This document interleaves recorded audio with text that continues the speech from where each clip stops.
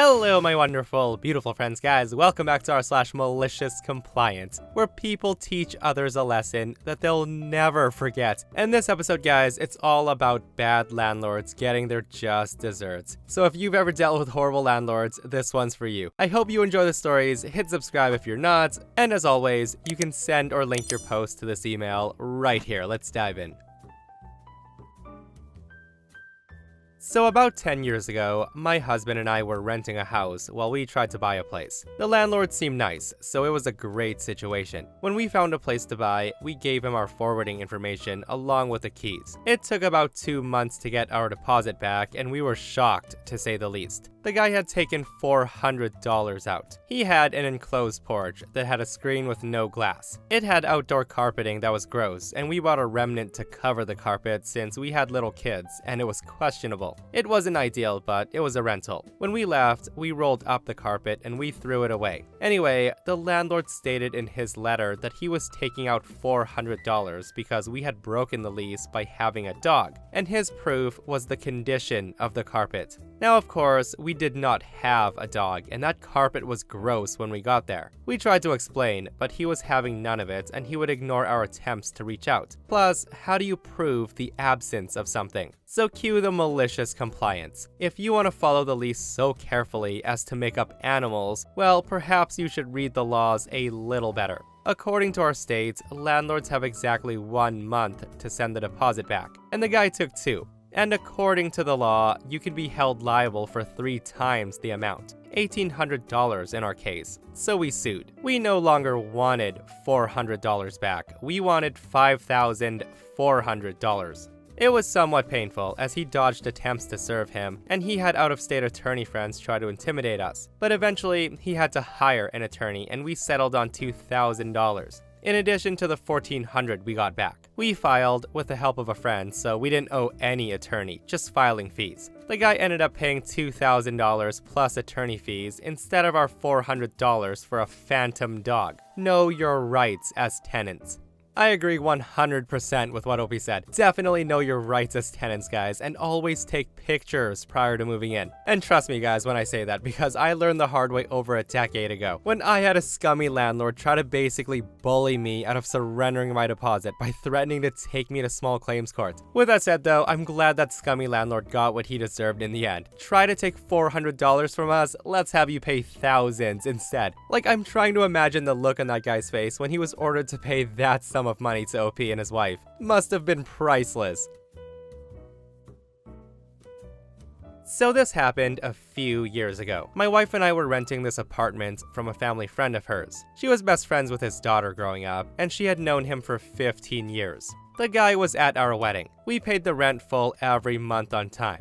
However, there was an issue that plagued this renting agreement, which was the washing machine. Over the course of the 2.5 years we lived there, we went through 4 washing machines. The landlord kept buying the cheapest, oldest units he could find, typically something that was used and refurbished, and putting that into our apartment. We would use the washing machines normally, not overloading it, etc. But one day, one of the machines broke in a way that flooded the whole apartment and did damage to the floor and wall. Well, when machine number 4 broke, the landlord had enough. He came over and looked at the machine and promised to go pick up another one at the store and be back in a couple of days. The guy even mentioned to my wife how much he's enjoyed seeing our daughter grow up from a baby to a toddler, and how he considers us all extended family. And that was the last time I ever saw him. 2 days later, we received certified mail from him saying that we needed to vacate the property by the 1st of the month, following the next. It was already like the 20th, leaving us just about 5 weeks to move. His letter said that we still owed him the full rent for next month unless we were out before then. I worked it out over text that he would take our deposit in exchange for rent so we didn't have to pay.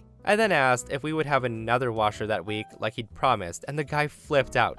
He told me that the washer and dryer was never part of the lease, and that I was free to purchase my own. And then he reminded me to leave by the 1st. He also told me that he would throw everything that was left in the apartment in the trash. He even called me to remind me a week before the 1st to clear out. and that anything left behind would be personally thrown in the trash by him. Well, as you can imagine, I was a bit upset, so I took him at his word. I saved all of our garbage, including my daughter's dirty diapers, food waste, etc., plus all the trash that gets uncovered and created, while preparing to move. For 5 weeks, I became an obsessive hoarder. I never threw anything away. I pulled junk from other people's trash. I took TVs from around town. I even got the remnants of a dead tree my parents cut down in their yard. I kept it all. I put it all in giant trash bags and I stored it on our deck.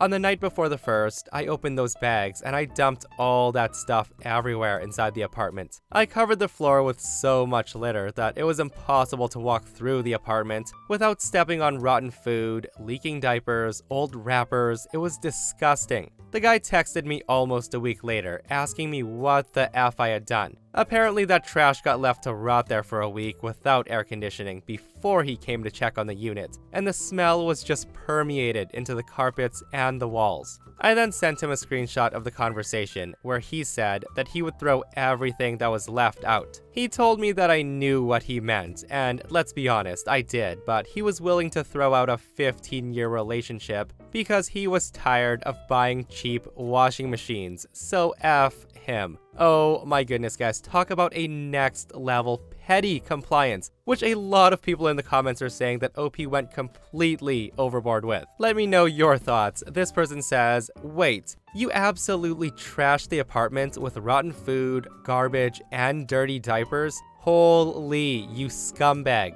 If I was that landlord, I would have dragged you back there by your neck and made you clean the place. This is vile. You're a vile person, and I reckon that you're skipping some things. You went from a normal, happy relationship and suffered an eviction, so you absolutely destroyed the house? You collected garbage, dirty diapers, all because of an eviction, and the best part is, he gave you an extra month, and he let you pay that rent via the security deposit, so you double effed him. I hope he sues you. Well, I hope he beats your butt, but suing is good. And this person also comments, what you did could be considered a crime. You're lucky he didn't press mischief charges against you. So again, guys, let me know what you think. Do you think it was justified what OP did after the landlord evicted him and his family? Or is OP an a-hole for doing what he did? OP does come back with updates though that say, so in the aftermath, he sent me a bill for $200 for his cleanup. Over the course of 2.5 years we'd lived there, I'd put in a bunch of labor into the apartment. I helped with replacing the floor after the washer flooded, helped him reconstruct his deck because the old one was falling apart, I refinished the cabinets and added handles to them, and repainted parts of the apartment, etc. The guy was terrible at fulfilling maintenance requests, and he would take weeks before coming over to fix anything. So I did almost everything myself. So I sent him a bill for all my services rendered, minus the cleaning, for $200. I had done all the work for free because I wanted to help make sure we lived somewhere nice, and he was our friend, so I was happy to help with bigger projects. I really am being honest when I say we were ideal renters. The guy completely blindsided us with this. We could have been okay, but he did a complete 180 and he was a total a-hole overnight to us. My mother-in-law was also renting from him, and he told her that we were simply moving because our lease expired. He knew what he was doing was wrong, and he wouldn't own up to it. And since people keep asking about how we could go through 4 washers, here's how. The property was a new acquisition for him, and we were his first tenants there. The washer that was originally there was broken when we moved in. The second one had a crack in the basin, which leaked a bunch of water where we couldn't see until the water damage was spread in front of it. The third worked for quite a while until it had some computer error where it wouldn't drain the water out past the halfway point.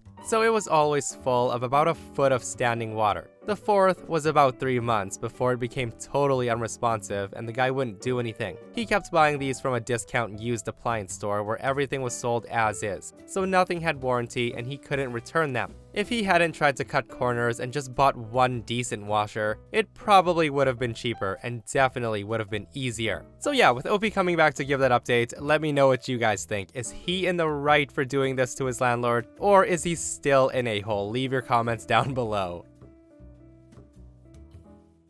So this isn't my story, but it's my cousin's that she recently shared with me. The background is, my cousin, her wife, and their 2 kids lived in a rented apartment, along with 5 other resident units in a European country. The place isn't completely upscale, but it's definitely not slum, and it's a really beautiful place. That's when their landlord decided to evict as many residents as he could, so he could renovate and bump up the rent by 3 times. Pretty crappy. This all occurred starting back in September. Now, Scumlord, as my cousin passionately called him, had tried to keep it a secret, but another tenant who did work on the apartment for a reduced rent found paperwork when he was fixing a broken window at Scumlord's residence, which happened to be a very, very nice house. He shared it with the other residents because that paperwork was drafts of eviction notices for random things. For example, pictures of the residents in apartment 3 leaving garbage in the hallway. According to my cousin who lived in apartment 3, they kept finding bags of garbage outside their door. Not theirs, but ones full of fast food, takeouts, and very unsettling magazines.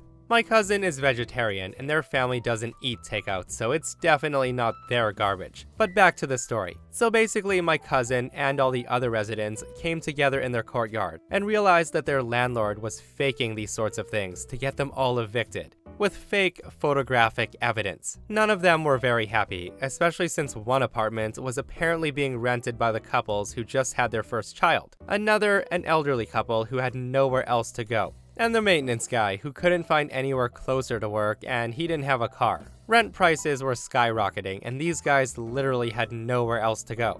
Of course, they found this out while Scumlord was out of town, so they couldn't confront him. As they were stewing over this, my cousin's wife had an idea. They had been planning to repaint their living room because the paint was peeling, and Scumlord had said in an email to just paint it. Now, he didn't specify how it was painted or what color needed to be used. So my cousin's wife Allie suggested that they get permission to paint their places, but in horrendous ways, and then move out quickly. Everyone except the older couple jumped on board, which, as my cousin explained to me, they didn't want to start a fight in a losing battle. The older couple later managed to move into a retirement community that their families found for them to go to. Anyways, the rest of the residents agreed to it, and Scumlord was sent email requests for repaints. And he basically said, go for it, in each one. I guess he thought he could get free paint jobs done from them. So while juggling their normal lives, my cousin's family and the other 4 units all set out to find new places. They start packing, setting up everything for the painting, and then proceed to paint their walls. My cousin, however, decided to be extra vindictive and buys a crap ton of black paint, along with varying neon colors.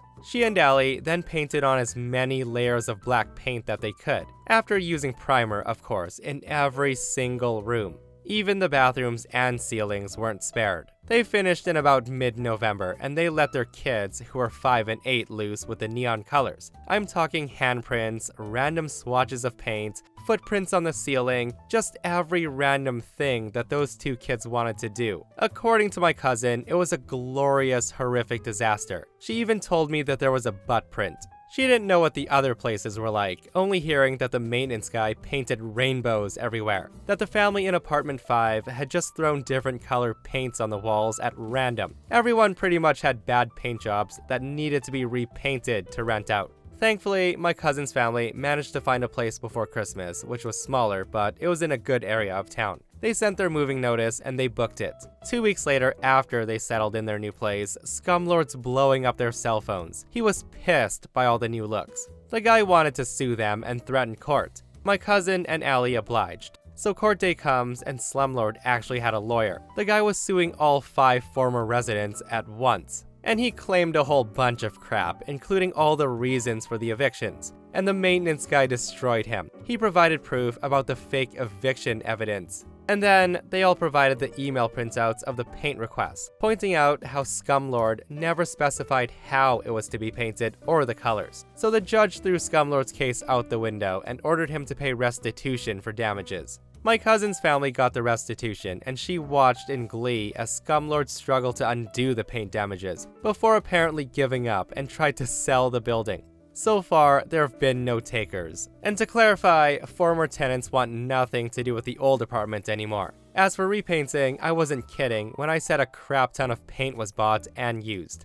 According to my cousin, they painted so many layers that every wall had thick coats of paint on it. So imagine trying to clean up all that. And Lord knows how much paint was applied in the other units. Holy guys, like I don't know about you, but I hate painting. And I couldn't imagine painting a whole apartment unit with enough coats to make it as thick as OP was saying it was. Unless they just went mad and coated the roller and did one super duper thick coat. Which I could see that being more reasonable than doing like 20 coats. But what a way to spite someone. A whole apartment, walls and ceilings painted black. Like what a nightmare that must have been to see.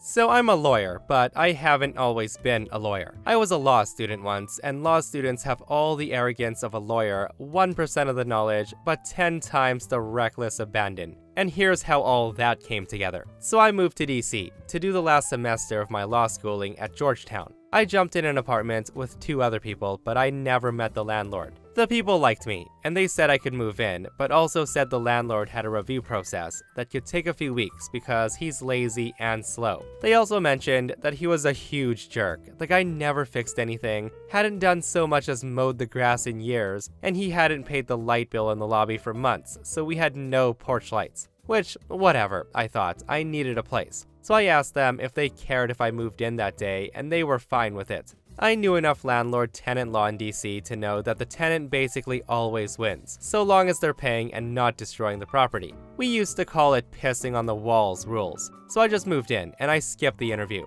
I sent my first check to the landlord right away, a deposit, followed immediately by a month's rent. He deposited them as soon as he got them. A week or so later, he raises hell about me moving in without an interview, and he threatens to kick me out. That's when I kindly pointed out that he accepted my deposit and rent payment, and therefore I was officially a tenant. If he wanted to kick me out, he would have to start the process in court, which is expensive and takes forever. At that, he huffed and left me alone. I quietly paid my rent for months and months, but alas, all good things come to an end, and I had to move out eventually.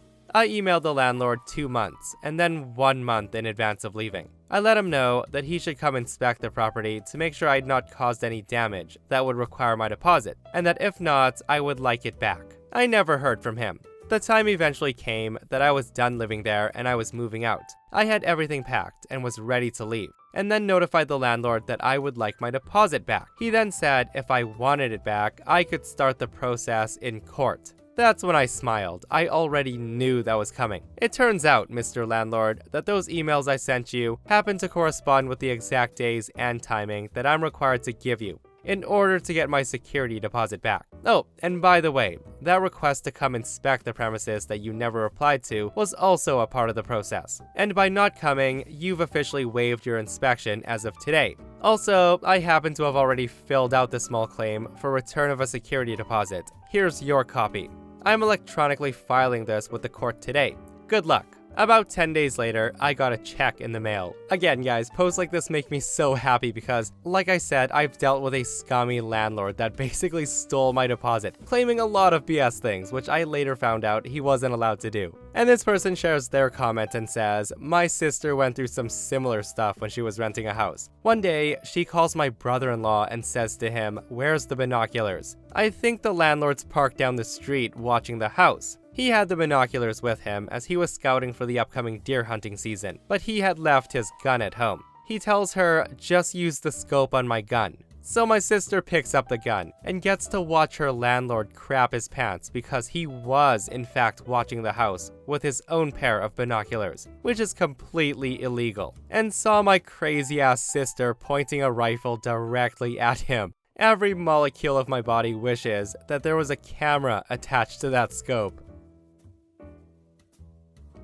This took place in the 90s. I lived in a small town with a population of approximately 3,000 people. Where I grew up, there was a few projects type places, but mostly poor white people. Like a trailer park, but more white trash and less space. We lived at the slightly nicer one. Your townhouse, if you got one, had a 4x4 foot patio. Slightly bigger if you shared with a neighbor. Well, my mom and aunts go outside to drink and it becomes a big deal. The property manager that sits and collects rent, let's call her Karen, starts complaining about us to the landlord. She tells my mom that she can't have parties. My mom says it's not a party, but that everyone does have parties, especially for kids' birthdays. Karen says that's not what she meant. So mom says, you mean an adult's party? What do you classify as an adult party? Karen says it's a party if it has booze. My mom says no, beer does not make a party, or her after dinner beer was one sad ass party. Karen then says booze and friends with music makes parties. My mom says, well, I was drinking with family and no music, so not a party. Karen then says, well, you were outside, so you can't drink outside because it's in public. My mother says I was on my patio, which I rent, watching the kids, so it wasn't in public. Karen then caves and says, fine, it's not a party if you're on your patio and don't have music.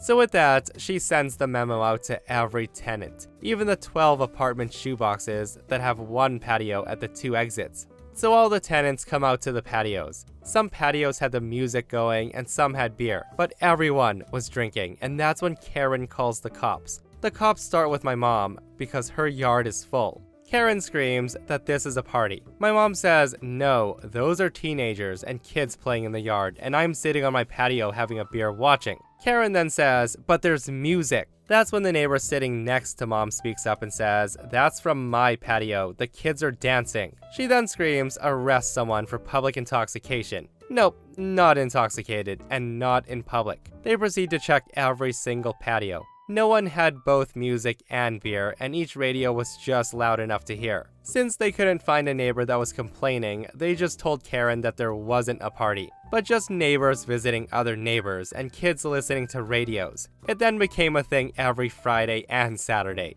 Guys, I love it when a malicious plan comes together. And I just have to say, what kind of place doesn't allow parties and gatherings? Like, that's a little bit absurd. And the fact that she just calls the cops is ridiculous, okay? Like, it sounds to me like she wasn't invited. She got sad, so she had to rain on other people's parades.